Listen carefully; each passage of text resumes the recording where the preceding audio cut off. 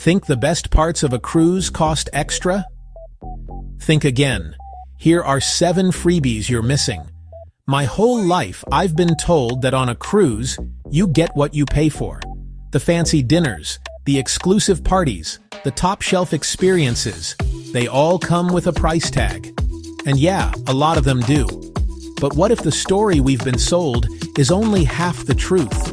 What if the most memorable, the most authentic, the most real moments are hiding in plain sight, available to anyone who knows where to look?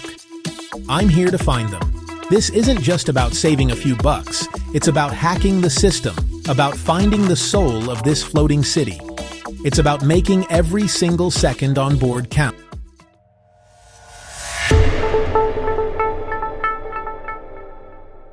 All right, it's 6 a.m. The sun is just starting to break over the horizon. Most people are still asleep, dreaming of the breakfast buffet they're going to have to fight through in a couple of hours. The lines, the noise, the search for a clean table, that's the default setting. But we're not doing the default. Last night I found this little card hanging on my cabin door. It's the room service menu. And there it was, continental breakfast. No charge, coffee, black, orange juice, a croissant, some fruit. Simple stuff. I hung it on my door. I kind of forgot about it. Then, this morning, a gentle knock. Not an alarm, not a loudspeaker, just a knock. And there it was, a tray, a white tablecloth, the simplest, most perfect breakfast. It's not about the food itself, it's about the moment this simple act creates. The quiet, the privacy. This view, a 5-star view. And it didn't cost a single extra cent. Why share this with 1,000 people in a crowded dining hall? This is your space, your moment. The ship slicing through the water, salty air, the whole day stretched out ahead. This isn't just breakfast, it's a statement. Decide how you want to start your day. Most people walk right past that little paper card. They'll dismiss it. They'll think it's expensive. They won't even look. The opportunity is right there. Chaos or calm. Follow the herd or carve your own piece of paradise. A pen and 2 minutes the night before. First hack of the day, non-negotiable. This is the stuff that matters. A quiet moment before the madness. You're not just eating, you're fueling mind and body. Watching the world wake up from the best seat in the house. And the best part? Totally free. You just have to ask. Look for what everyone else is walking past. The main dining rooms close. The fancy restaurants turn off their lights. The ship gets quiet. But you're not tired. You've been dancing, watching a show, just walking the deck, talking for hours. And now, you're hungry. Not just a little peckish, but that deep, late-night craving for something hot, something greasy, something satisfying.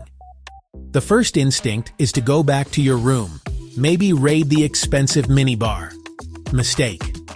Big mistake. Because somewhere on this ship, there's a beacon of hope. You have to hunt for it. It's usually tucked away, maybe on the Lido deck, maybe near the back of the ship. It's not advertised with giant neon signs. And then you see it. The glow. It's the pizza place. And next to it, the soft-serve ice cream machine humming away like a loyal friend who's been waiting up for you all night. There might be a handful of other people there, the other night owls, all part of this secret club. There's no cashier. There's no menu with prices. There's just a guy slinging slices of cheese pizza, slinging slices of pepperoni pizza onto paper plates as fast as he can make them. And the ice cream? It's a self-serve situation. You grab a cone, you pull the lever, you create whatever monstrous swirl of chocolate and vanilla your heart desires. This isn't about fine dining. This is about pure, unadulterated joy. I see families here. A dad getting a slice for his kid who couldn't sleep. A group of friends laughing, recapping their night over a shared pizza. The pizza is hot. The cheese is melty. The ice cream is cold and sweet. It's perfect. The kind of food that tastes 1,000 times better at 2 a.m. than any other time of day. It's the fuel that powers the rest of your night. And again, the cost is zero. It's included. While some people are paying $5 for a can of Pringles from their minibar, you're having a hot meal. You're participating in this little subculture of the ship, the late-night scene. It's a reminder that the adventure doesn't have to stop when the official schedule says it does. You just have to keep your eyes open and, more importantly, follow your stomach. The spa. On any cruise, this place is treated like a temple. It's hushed. It's exclusive. It's expensive. You walk by and see the price list for massages and treatments, and it's enough to make your wallet have a heart attack. $150 for this. $200 for that. It feels like a world you're not supposed to be a part of unless you're willing to drop some serious cash. So, most people just walk on by. They see it as a no-go zone. But here's the thing. There are always cracks. There are always loopholes. I grab the daily planner they slide under your door each morning. It's filled with activities, showtimes, restaurant hours. Most people just scan for the big stuff. But I read the fine print. Buried in the spa schedule, I found a little sentence.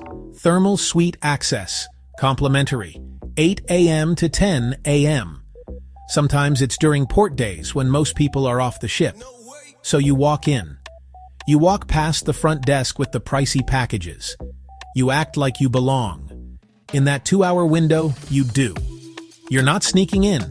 You're using a published perk. You're taking advantage of an offer 99% won't even know exists. And you find yourself in a world of calm. The steam room, thick with eucalyptus-scented fog. The sauna, dry and intense. Heated ceramic loungers looking out over the ocean. This is luxury people pay hundreds for later in the day. And you're here, practically alone, for free.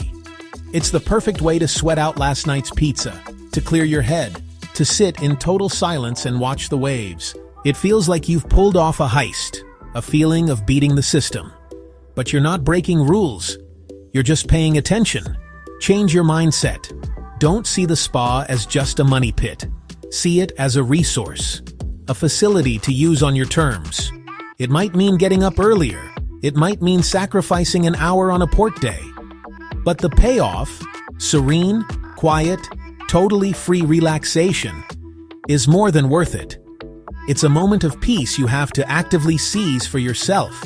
Okay, let's talk about the in-between moments. It's 3 p.m. Lunch was hours ago, dinner is still hours away. You're not hungry enough for a meal, but you need something. A little pick-me-up.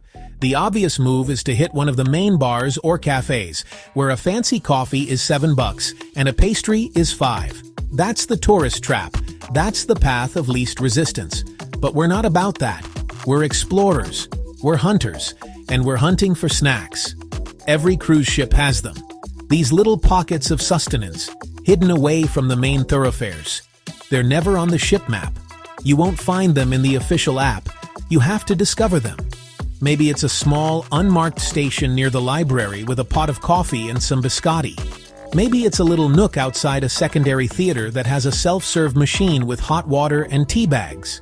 You have to wander. You have to get a little lost. I found one yesterday. And then, tucked away in this atrium area on Deck 6, far from any of the main restaurants, was this little cart. No one was manning it.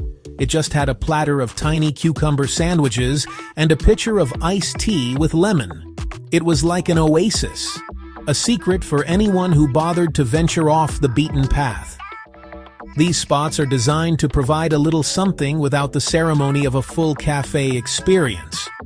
But because they're not advertised, they become these little private discoveries. Finding one feels like finding a treasure chest. It's a small victory, a reward for your curiosity. It's not just about the free coffee or the complimentary cookie. It's about the thrill of the hunt. It's about knowing you found a secret that most people on this giant ship will never know about. So my advice is this: always be looking. When you walk down a hallway, peek around the corners. If you see an open door, see what's inside. Be nosy. Be curious. Don't just stick to the main decks and the big loud places. The real magic is hidden in the quiet corners. And they almost always come with free snacks. Really? Every day on this ship there's a battle being waged. It's not in a boxing ring. It's in the lounges and pool decks. It's the battle of wits, of knowledge, of pure, silly luck. I'm talking about trivia. I'm talking about the game shows, the majority rules, the 80s music trivia, the battle of the sexes. To most people, this is just cheesy cruise entertainment, a way to kill an hour. They sit in the back, they don't really play, they just kind of watch. They're spectators. But I see it differently. I see an opportunity, because at the end of every one of these games, there's a prize. It's a trophy. It's a medal. It's a bottle of ship champagne. It's a free drink voucher. It's a t-shirt that says, "I won trivia on the high seas." It's a tangible reward for your effort. And the cost of entry is zero. So you have to dive in. You can't be shy. You have to raise your hand. You have to shout out the answer. You have to get your team organized. You have to care. It's hilarious. You see people get so into it.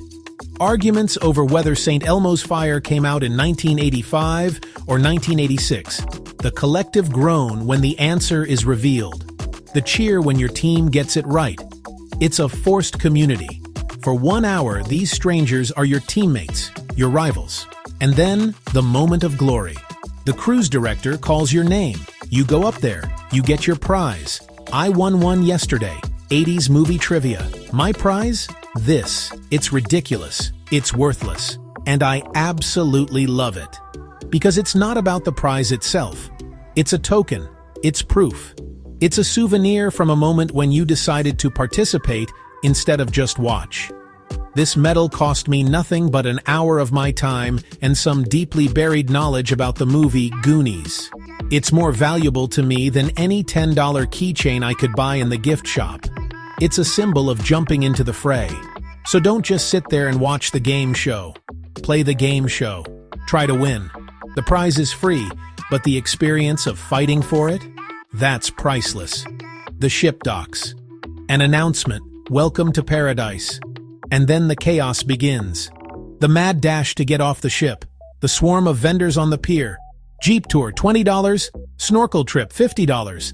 City tour, best price. It's an assault on the senses. It's overwhelming. It's designed to make you panic and hand over your money. Take a breath. Ignore the noise. Do your homework before you get off. The night before.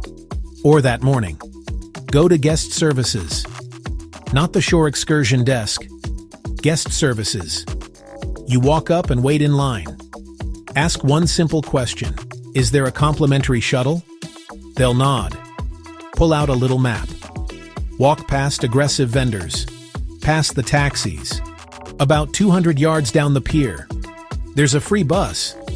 To the main town. Or to a public beach. A free ride. An escape pod from the tourist trap. The most valuable info on a port day. You find it. A simple bus. Maybe a large van. A small sign in the window. You get on. It's filled with crew on their day off. They know the secret. You ride past the resorts, past the tourist traps, dropped in the heart of the real town. Explore on your own. Find a local restaurant. Walk to a quiet beach. You are free. You just saved $50, maybe $100. You took control of your day. Not on someone else's schedule. Not being herded. An authentic experience from one simple question. You bypassed the system separating you from your money. You did it for free. That feeling of independence, best shore excursion there is.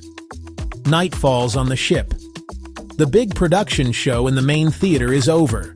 The comedians have told their last jokes. The casino is buzzing.